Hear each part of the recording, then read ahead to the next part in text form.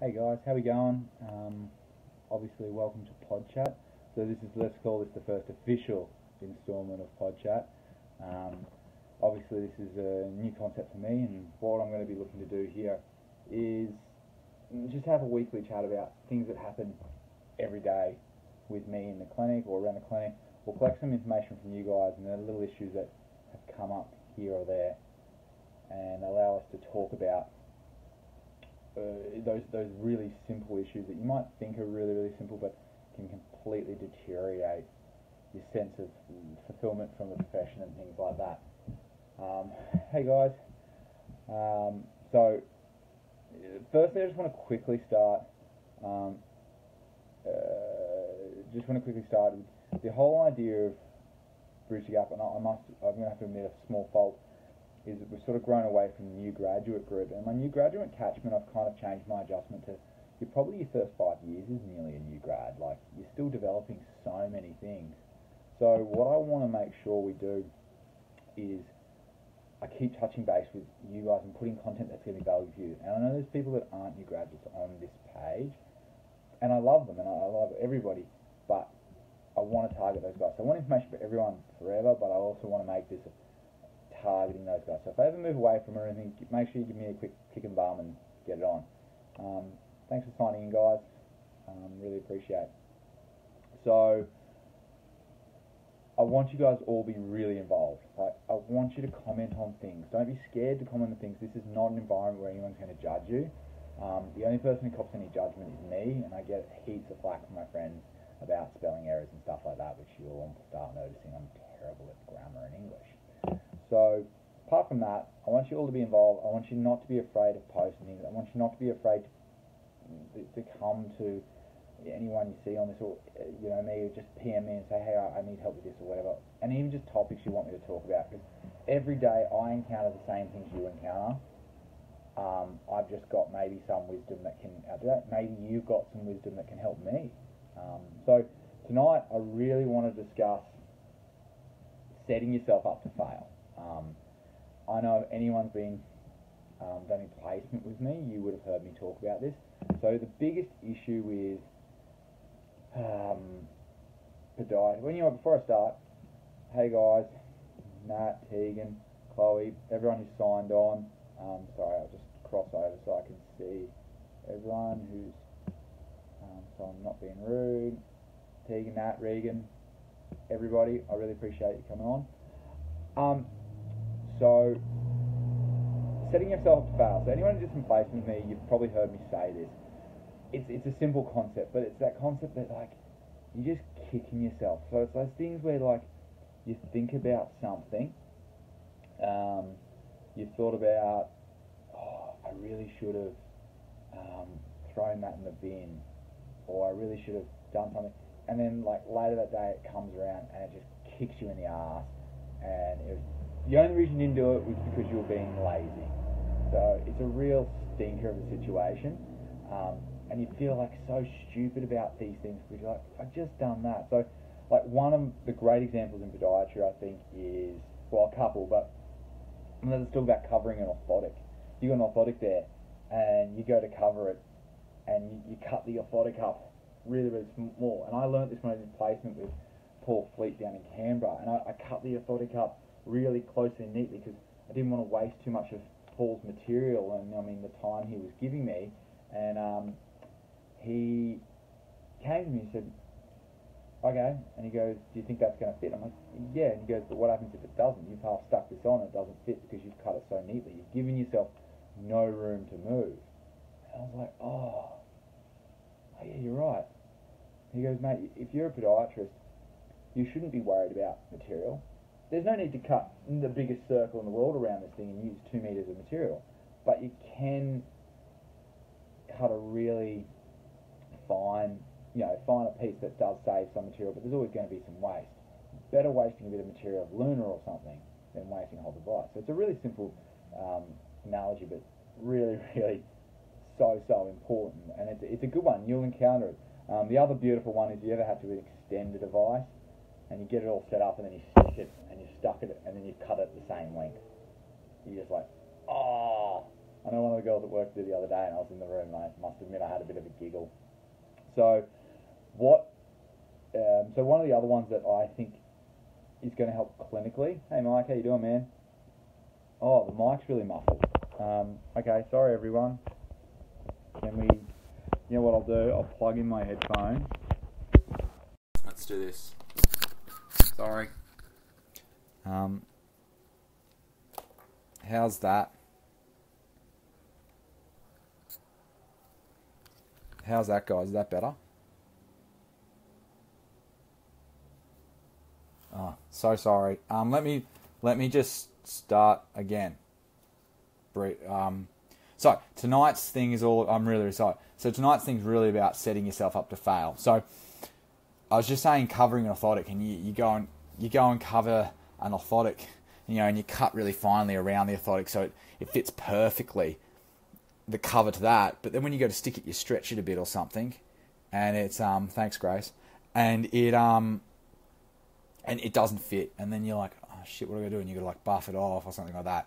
So when I was down in Canberra doing placement with Paul Fleet in his clinic, I did that, and he just came in and was like, what are you doing, man? And I'm like, oh, this. And he's like, I don't want to waste all your material, Paul. And he said, no. If you waste that $1,000 carbon fibre shank device, it's going to be a hell of a lot more expensive than that couple of dollars of Luna. So he's just saying, you can still cut something neatly. You don't have to use 2 meters of sheet, but you cut that, but you kick yourself over it. And I was saying the other thing someone did at the clinic the other day was they cut around, they went to extend a device, and then they got it all ready and got it done, and then they cut it to the same length. And I was just like, oh, and I was in the room at the time, and I had a good giggle at her. But that's just tough love. I'm about to possibly sneeze, so I apologise if it's really loud. So one of the ones I want to talk, a couple of little points that I've put forward is one of the easiest ones and one of the really simple ones, and I don't think I have to talk this for long, explaining the cost to your patients. Hey Ellie, how you doing? The simplest way to get a patient discouraged about doing treatment is not explaining to them what things are going to cost. Now, this is a really muffled area because if you don't, you should be very clear about your costs. Like, who cares? That's what things cost. And most of us probably work for someone, so it doesn't really matter. But it is what it is. People should appreciate and put value on your healthcare and appreciate value. But, some people, the cost will discourage them, and it's not the most excitingly enjoyable thing when you sort of have to awkwardly work around it. But if you just explain and be upfront with them, like, this is how much it costs, things like orthotics, you can actually break up into time frames. So you're like, oh, our orthotics will last you 3, 5, 10, 20 years. So that $500 over 3-5 years is only this much, and da-da-da-da-da. And that's going to make it a lot easier for them to understand. But I can think of a couple of circumstances, and I must admit I had one this year where I always explain the cost, but I had a lapse in concentration. I didn't explain the cost of something. An orthotic was produced for that patient, and they turned up and like, oh, and it didn't happen until they got right up to when they had them fit and everything, and they're like, oh, I can't afford to pay that much money for an orthotic. Like, I didn't know they were that expensive, and they got quite upset and quite embarrassed, which is the worst one. Like, someone getting angry, they're the easy ones. The angry stuff's easy because you can just explain, I'm sorry, it's an accident, so on so. But the people who get embarrassed and stuff, they're less likely to return. So you've really got to nurture that. And I can tell you now, there isn't really a way back from that.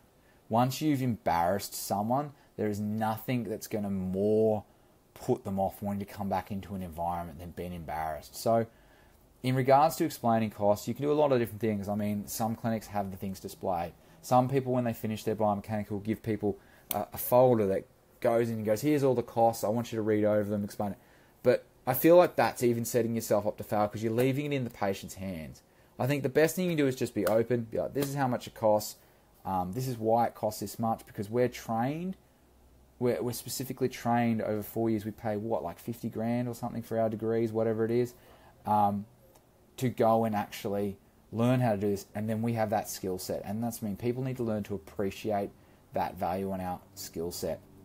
So that's a really, really important one, is just be upfront about your costs, move forward with it. If you're treating a wart, 4 or 5 treatments can turn into a fair bit of money for someone, and they might not realise that.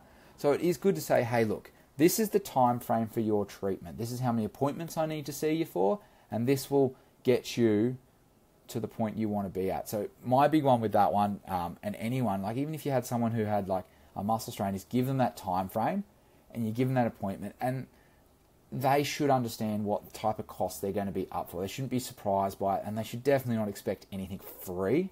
I know it sounds really blunt, but they shouldn't expect it to be free. Like it's a charged appointment. It's an appointment. They're coming to see you. They I never expect to pay free when I go and see one of my dentist. I'm seeing my dentist tomorrow. She's going to charge me. So really, really, really important. Don't set yourself up to fail with that really awkward situation of asking people for money, which we all probably hate anyway, and that's why we all love having receptionists, because you can dump and run. Explain it to them in the room, make it very clear, and then nip that in the bud and just get rid of it. Because if they're like, I can't do that, that's cool. Change their treatment plan. But if they really need it, you've got to stand your ground. But that's a different matter anyway. But you're going to have to navigate around that. But please be forward about your information, because nothing worse than being caught out and embarrassing the patient or yourself. So that's sort of example 1. So don't set yourself up to fail with costs. Example 2 is what I touched on basically, is your time frames. Make it very clear how long something's going to take to get better. So I had a patient yesterday who came in. He's got Achilles tendinopathy, and it's rubbish. He's actually got a longitudinal tear, and it's going to take him a hell of a long time to get better. And I've told him this is going to take some time. And he goes, oh, yeah, the doctor sort of said 8 weeks. And I said, maybe. I said, look, you've really got to probably expect to be on the repair for 6 to 12 months. I've just dropped it for him straight away. Now, the only good thing that can come from that is he gets better sooner. He feels better in 12 weeks. He's gonna think, wow, this guy said it was going to 12, but he said if I was really good with all my stuff, it could be earlier, and it did it, and he gave it to me, and it was freaking fantastic. So, setting up those time frames. How long is it going to take for I'd love to hear you guys. I'm going to cut out of this one, but can few people write, what type of time frame would you give people to get better from wart treatment? You're treating with whatever you're treating with, but how many consults am I going to have to come to you before my wart's fixed? So everyone who's signed, we've got 11 people. We're really cracking numbers, but I'd really like everyone just to throw some comments down, and that would and we'll come back to that. And I just want to see what people say, because we can touch on what people are telling you, because I have a way of telling people and a way of treating them that way. So that always really does make a big difference, setting those timelines. So obviously soft tissue healing is a great one. 4 weeks. So when you give an orthotic dispense, where I work, we do a 4-week review. The reason we do a 4-week review, and most people do, is 4 weeks is the theoretical soft tissue healing time frame. Just theoretical. And by doing 4 weeks, you're actually doing a duty of care to that patient, and it's super, super important. But it's a really good way to tell them, no, I need to see you in 4 weeks, because that's when I'm expecting everything to be cracking along really, really well. It gives them an idea of how long to wait. They're not going to go away and go, yeah, I've got my orthotic, my magic pill, whammy, see you later, I'm done. Because it will actually allow them to go and think about that type of thing. So set up some time frames, really think about it, and get good. No one has been game to throw out how long they think their wart treatment goes for. So I'll tell you mine. I'm going to cough up. I will tell people that I use silver nitrate mainly if that's my choice. I find salicylic acid way too high maintenance, but I'll get someone in once a week for 4 weeks for silver nitrate.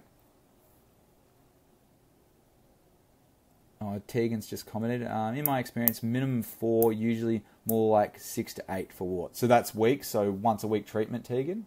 So I do 4 weeks. If it's not better in 4 weeks, then I slide in and actually will offer them alternative treatments, and I'll always keep them informed of what other treatments we can try, and work from there. But I think what Tegan's written, if it's weeks, it's a really, really it's on the dot with what I do. But the truth about warts and the beauty of them and why I hate them so much is it's a viral infection, and it's requiring your body to take an immune response and action it. So yeah, until they take an immune response, it ain't going to happen. Yeah, there you go. So Tegan said once per week. So Tegan does 4 weeks. She expects to hopefully get there, but most of the time 6 to 8. So giving that reality to people that do. It's when you get to the end of that timeline, then you've got to manage that well. But if you've managed their expectations, which I spoke about last week briefly, or semi-briefly, and then you've set up a really good timeline, you've not set yourself up to fail, you then could go, okay, well, look, we're at this point, so we need to go down one of these more aggressive paths. You can go into home treatment and you can try and work on that. You can go back to your GP and we can try and freeze it off again. So really, really cool thing to think about, but really important to keep the front of your mind is just don't set yourself up to fail with that stuff. It's so easy to do, but you can get such better outcomes with it. And the other thing is when you do put this at the front of your mind when you're thinking about it, you'll have patients return to your clinic. Because of like, Scott told me I'm going to have an improvement or something like that in 6 weeks. The ones that I hear about that are worse is when a practitioner has just led a patient on kind of thing. I'm sorry I'm going to use that term. And they just never really give them timelines. And someone goes, oh, you know, it's just going to them. And it's, you know, it turned into 10 weeks and nothing had changed. You know, that person has set themselves up to fail by not discussing alternative treatments, not giving good time frames, and to be honest, probably just not being honest with the patient. So a bit of a stinker, and that ship went down burning. So I'm just reading my notes.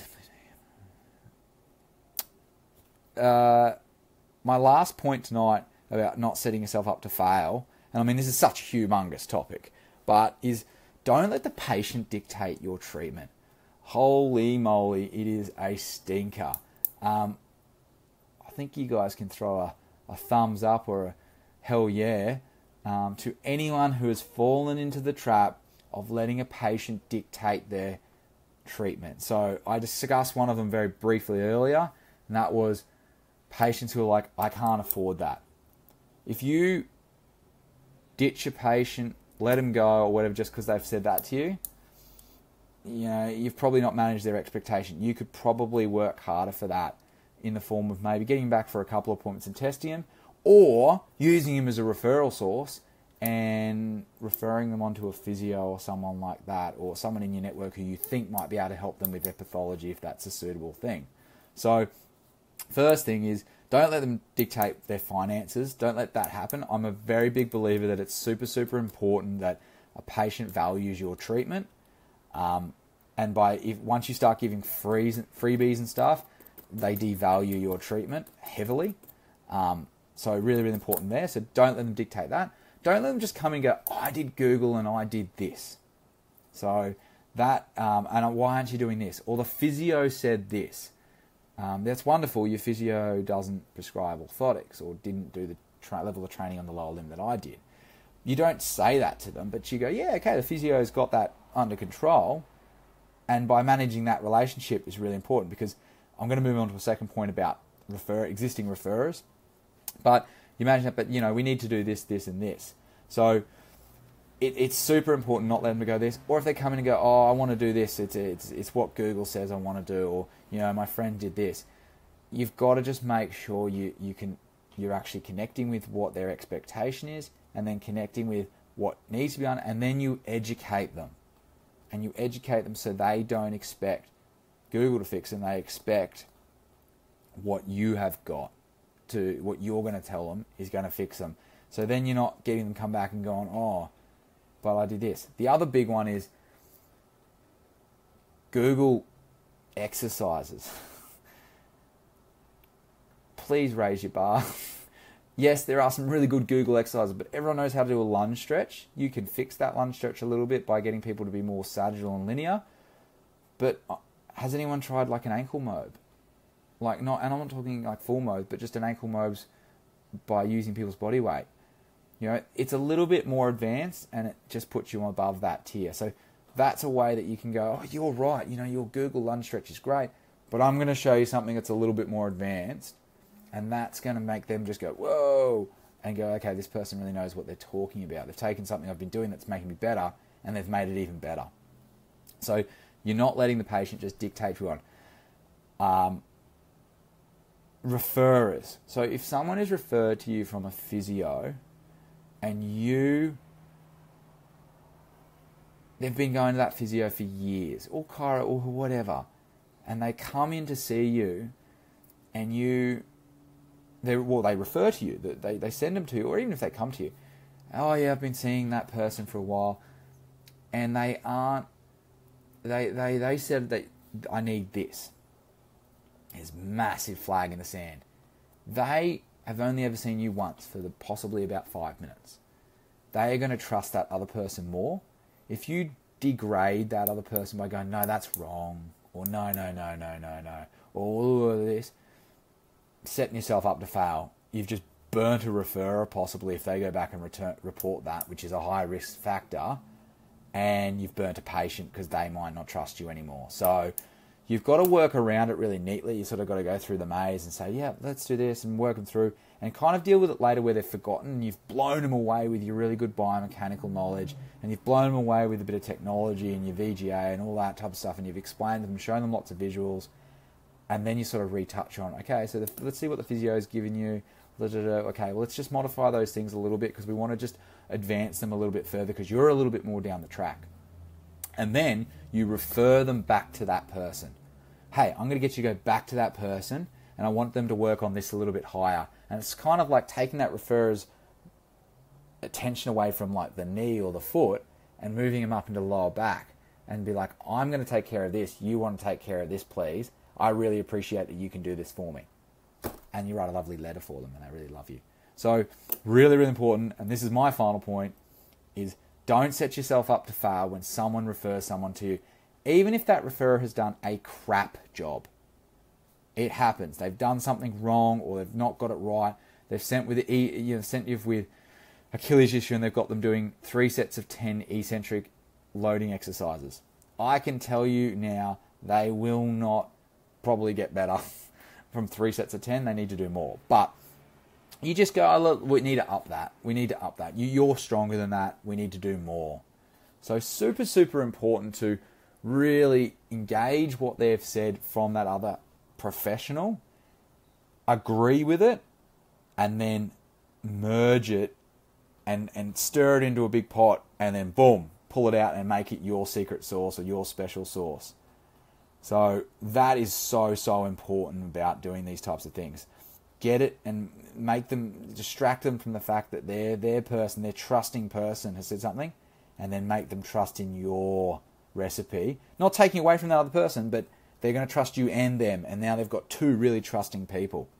So, so important. So when you, like, how many, just to touch base, hi everyone who signed on, I really appreciate it. So I didn't want to stop and say hi, but I really appreciate you signing on. And obviously we're talking about setting yourself up to fail, and it's that feeling when you do something or you don't do something and it comes back to bite you in the butt later. I was actually talking to my mate Cam Bennett, so I'll credit him with this today, and he was saying, he actually said, his opening statement in the conversation was, mate, how good a feeling is it? I filled up my car this morning at like 1:20, and I drove past the same petrol station this afternoon, and it's 1:57. Boom. Best feeling in the house. But that's the same thing we're getting here. Imagine if you were like, I'll fill up tonight, and then it's 1:57. Kick in the nuts. It's something that you don't want to get caught out with. And I kid you not, you'll encounter this every day. If you just stop, take a moment to think about what you're about to do and whether it's a good thing to do or not. Should I send this email or not?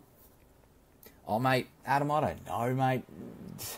Probably in the valley near some sort of inappropriate establishment he was possibly involved with. I'm sus on him all the time. Hi, Ash. I'm about to sign off, but please go back and watch the video. So this is all about setting yourself up to fail. Watch it to the end because I just made a great fuel analogy, and that's what Adam's comment's about. But take a moment to think about what you're about to do. Should I send this email back to my boss, which is in a really hostile nature because he sent an email or she sent an email that was a little bit, grinded my gears a bit? No, I probably shouldn't. Stop, go away. Hey Cam, I just made your comment and Adam wants to know where you found that fuel. Stop, go away, have a think about it, come back and go, you know what, I don't want to be that hostile to my boss because that's going to set myself up to fail later when I have a review next week. So I really appreciate everyone signing on. Record-breaking 15 people at one stage. I will continue to do these every Thursday at 7:30. I really want to hear from you guys. I want people to start really trying to throw some interaction because of the changes that have come up this year. We're really, really trying to do a lot more stuff, social media and stuff like that, because to be honest, it's free. It's the easiest way to engage you guys. You can come back and watch the content. I will still be doing workshops. I've got Dave Lippman's workshop, Exercise is Medicine, 2nd of May. I will be streaming it. The Eventbrite page links are all over the website. 2nd of May, it's at the Aussie Nash Hotel, which is at Woolloongabba next to the Gabba Stadium. It will be a really good night. I've got Injinji on board, even though I spelt it wrong the other day, and thank you, Eamon, for correcting me. And I've also got Rock Tape. Rock Tape has super generously donated a full free workshop voucher for taping and rock blades. Now, they are two really great courses, and anyone who buys a ticket will be available to win that. So please, the tickets are only like $65. They're dirt cheap. We're literally, I can be honest with you guys, literally the cost of it between me and Dave is just covering costs. That's all we want to do. Dave presented at the state conference. It was received really, really strongly. I actually am in the state committee. I'm vice chairman next to Ellie, who is chairwoman. She's online at the moment, so congratulations to her. So if anyone has any issues, you can definitely come and have chats with us. But we just looked over the state committee, the feedback from it, and there were some statements about how enjoyable his presentation and workshop were. So please make an effort, 2nd of May, to be there. I'm signing off. I'll see you guys next week if I don't see you beforehand. Please feel free to send me some daily topics that you guys encounter so I can have heaps of chats with you. And I really appreciate everyone who signed on. Thanks heaps.